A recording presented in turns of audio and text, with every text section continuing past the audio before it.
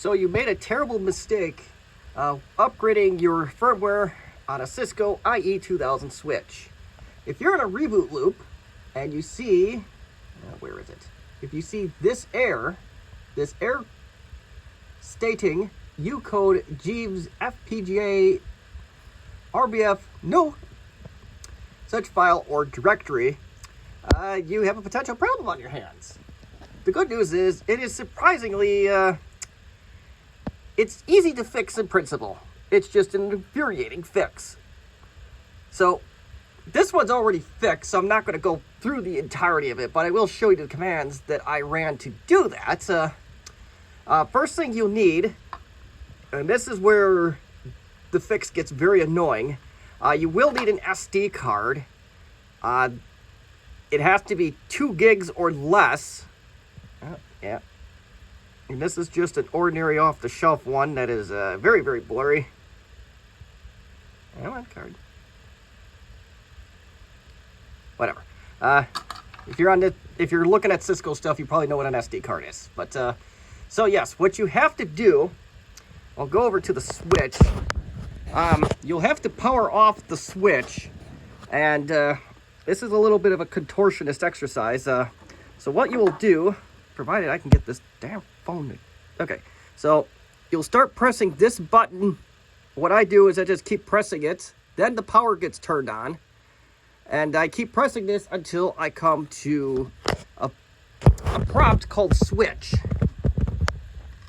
Let's see here. I gotta find it here. So yes, I'm just, like I said, I am going just through the, where is it? Yeah, so you can tell that I was in quite the pickle here. Yeah, so if you get to this here, if you see this, then you know you did it right. And if you see the switch prompt, then the first thing you want to type in is this /_init. Then press enter. At this point, you can put in your SD card, give it a minute, and that will mount. So what you want to do after that, once you confirm that the SD card has loaded, and you can tell I went through quite a few of these. Yeah, so this is after I inserted the SD card. And you'll have a new entry like so.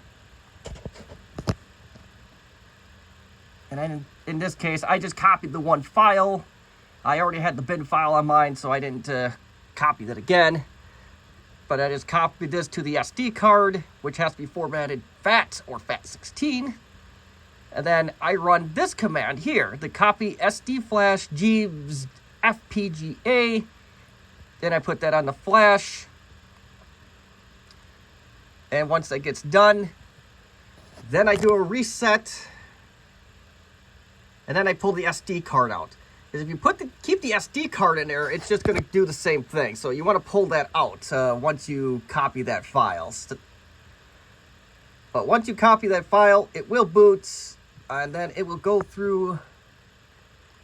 Yeah, it went through this a couple times. As you can tell, it did try to go boot from an SD card first. Or at least so I thought it did. Maybe it's just imagining things. I'm not entirely sure.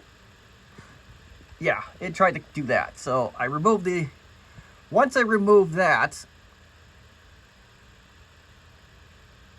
yeah, it just went through that a couple times, and once I figured out what was going on, and still the SD flash. Yeah, I went through this quite a few times before I figured it out, apparently. It is early here, so forgive me here. But yeah, so once you remove that, then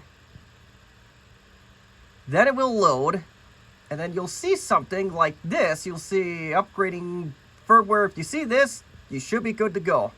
I will put these commands in the video description just to keep things a little bit easier for you. I know this is a very wonky video, but